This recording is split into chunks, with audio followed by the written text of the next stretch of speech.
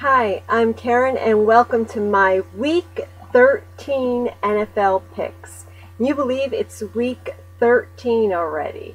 And a lot has been going on. Actually, a lot has gone on this past week. There's a lot of great NFL news, so let's get right into what's going on this week. Actually, the game that's on tonight, the first one we're going to talk about, is the Philadelphia Eagles and the Seattle Seahawks. Now, the Philadelphia Eagles are 4-7. They lost last week 20-38 to the Patriots. Young had 400 passing yards and 1 interception. They had 10 penalties for 60 yards. They had 2 sacks for 7 yards lost. No fumbles. They had second half chance of fire Andy, so they did have a very rough second half of that game. They had a lot of chance there. Now, Michael Vick is not playing tonight from what I hear, and LaShawn McCoy will be a game day decision. So I really haven't heard anything yet whether he'll be playing or not. The Eagles, have a lot of difficulties. Now, the Seattle Seahawks, they lost 17-23 to the Redskins. They're also 4-7. Jackson had 144 passing yards. They had 9 penalties for 91 yards, no fumbles. Sacked 2 times for 18 yards lost. They made 2 interceptions for 23 yards. And I think tonight, I'm going to go with the experts on this one, and I think the Eagles are going to take this one. Now, the next game on the list is the Tennessee Titans and the Buffalo Bills. Now, the Tennessee Titans are 6-5. They won last week 23-17 over the Buccaneers. Hasselbeck had 160 passing yards and 2 interceptions. They had 50 penalties for 50 yards. They had 3 fumbles where they lost 2 of them. They had 2 sacks for 10 yards lost. Chris Johnson ran for a season-high 190 yards, and they made 1 interception but no gains of yardage. So the Tennessee Titans are doing pretty good. Buffalo Bills, they lost their fire from the beginning of the season. They're 5-6. They lost 24-28 to the Jets. Now, Fitzpatrick had 264 passing yards. They had 9 penalties for 85 yards, no fumbles. Fitzpatrick was sacked 3 times for 14 yards lost. They made 1 interception for 7 yards. I think the Bills, they've lost their fire. They've lost their edge. I think Tennessee is going to take it. Now, this next game, I'm going a little different from the experts. The Kansas City Chiefs and the Chicago Bears. Now, the Kansas City Chiefs are 4-7. They lost 9-13 to the Steelers last week. Paco had 167 passing yards, 3 interceptions. They had 4 penalties for 20 yards, 1 fumble. He was sacked 1 time for 5 yards lost. They made 1 interception for 25 yards. Now, they did give the Steelers a run for their money. Steelers made no score in the second half of that game. The Chiefs really, I thought they played very well. Against the Steelers, I thought they did a good job. Now, the Chicago Bears lost 20-25 to the Raiders. Now, they're 7-4. But Haney had a 254 passing yards, 3 interceptions. They had 7 penalties for 61 yards. He was sacked 4 times for 25 yards lost, no fumbles. They made 1 interception. But they don't have Cutler. Cutler is out. So I'm thinking they're still going to have problems, and I'm picking the upset special. I'm thinking this is going to be an upset special, and the Kansas City Chiefs are going to win that one. I think without Jay Cutler, I think they're at a disadvantage. Baltimore Ravens and the Cleveland Browns. Baltimore Ravens are 8-3. They won 16-6 over the 49ers in a very, very exciting Thanksgiving Day game. Flacco had 161 passing yards. They had 3 penalties for 20 yards, no sacks, no fumbles. They made 1 interception, no yards gained. It's a very good game. Now, the Cleveland Browns are 4-7. They lost 20-23 to the Bengals. McCoy had 151 passing yards, 1 interception. They had 3 penalties for 15 yards. He was sacked 2 times for 11 yards lost. I don't think they're going to beat the Ravens. Baltimore Ravens are going to win that game. Now the Oakland Raiders and the Miami Dolphins. This is going to be a good game. The Raiders are 7-4. They won 25-20 over the Bears. Palmer had 301 passing yards, 1 interception. They had 6 penalties for 44 yards, sacked 4 times for 33 yards lost. They had 6 field goals, which is a team record, and 1 touchdown. They made 3 interceptions for 99 yards, no fumbles. Now the Miami Dolphins are 3-8. They lost to the Cowboys 19-20. Moore had 288 passing yards, sacked 4 times for 25 yards lost. They had 6 penalties for 55 yards. They fumbled 3 times. They lost 1 of them. They made 2 interceptions for 25 yards. Raiders just have something going on, and I think the Raiders are going to win that game. Now the Detroit Lions and the New Orleans Saints. The Detroit Lions are 7-4. They lost 15-27 to the Packers. Stafford had 276 passing yards, 3 interceptions, sacked 1 time for 3 yards lost. They had 11 penalties for 82 yards. Adama Suh was ejected from the game, and he is suspended for 2 games for unnecessary roughness. That was unsportsmanlike conduct, stomping on a guy while he's on the ground. Come on, we all saw it. This guy definitely has anger issues. So they're without Adama Suh. And New Orleans Saints are 8-3. They won 49-24 over the Giants. The Breeze had 363 passing yards. They had 11 penalties for 104 yards. No sacks, no fumbles.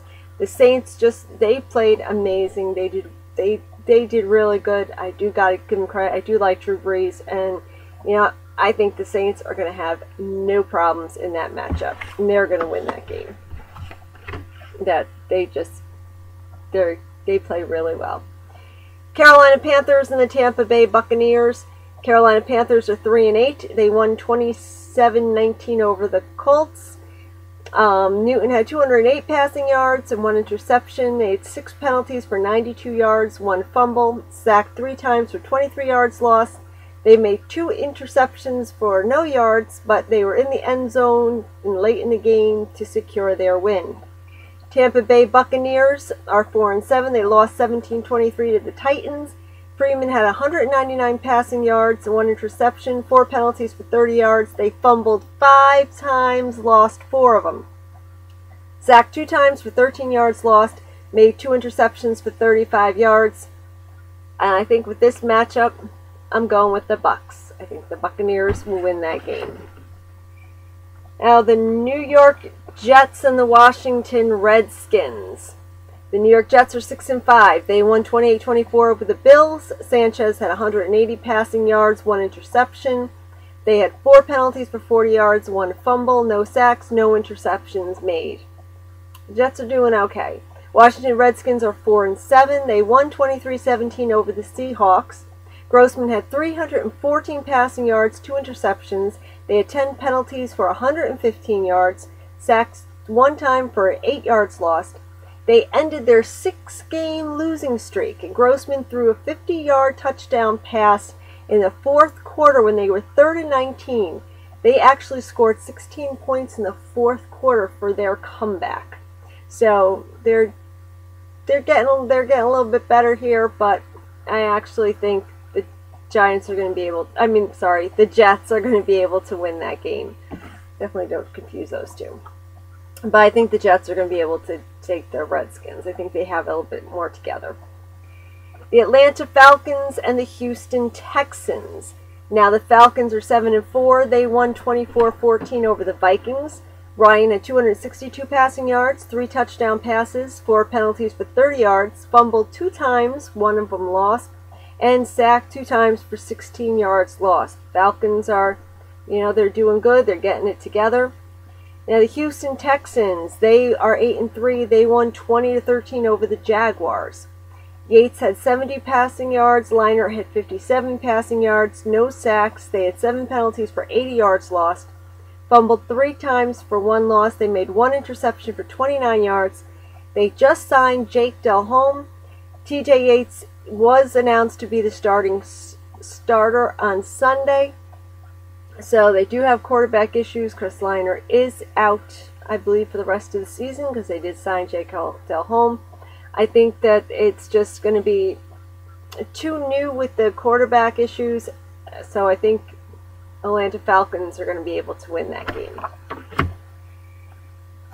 Now this one, the Cincinnati Bengals and the Pittsburgh Steelers. This one I'm still going back and forth on this one. Cincinnati Bengals are 7-4. They won 23-20 over the Browns. Dalton had 270 passing yards.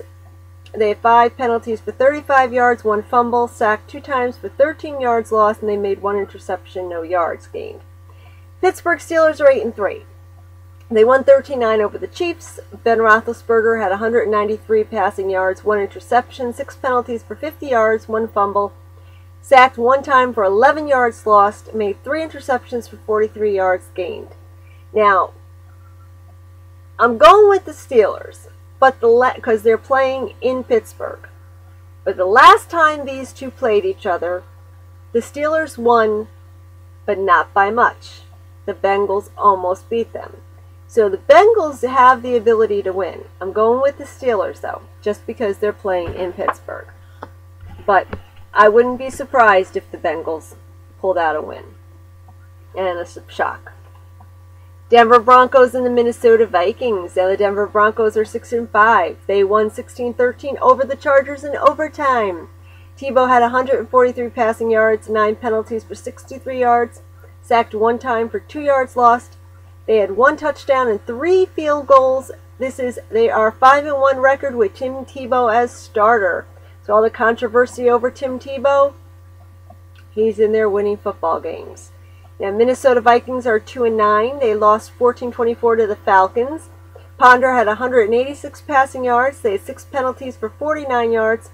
They had sacked 4 times for 24 yards lost, no interceptions and no fumbles. I think Tim Tebow is going to be on a roll, and he's going to win another game. Well, the whole Broncos team are going to win another game, led by Tim Tebow. Now, the Green Bay Packers and the New York Giants. This is going to be some game. The 11-0 Packers won 27-15 over the Lions. Rodgers had 307 passing yards, sacked 2 times for 11 yards lost. They had 7 penalties for 54 yards. Undefeated. They made 3 interceptions for 8 yards. Now the New York Giants are 6-5. They lost 24-49 to the Saints. Eli Manning had 406 passing yards, 1 interception. They had 4 penalties for 32 yards. They fumbled 4 times. They only lost 1 of them. Eli was sacked 1 time for 14 yards lost. Now, Giants have the ability to beat the Packers. The defense needs to play up to their ability. The offense has the talent. You could see that Eli definitely has the talent. The team just all have to do their job at the same time, and they do have the ability to beat the Packers. Chris Collinsworth from Inside the NFL picked the Giants. And I believe, like a lot of the experts do, think the Giants can beat the Packers. I do believe the Giants are going to give the Packers their first loss, because the Giants are going to say enough is enough with this losing streak, and they are going to bring it all together, and they're all are going to play to the best of their ability at the same time, and they are going to win. Now the Dallas Cowboys and the Arizona Cardinals. The Dallas Cowboys are 7-4. They won 2019 over the Dolphins. Tony Romo had 226 passing yards, 2 interceptions, sacked 1 time for 8 yards lost, 11 penalties for 69 yards, no fumbles. Arizona Cardinals are 4-7.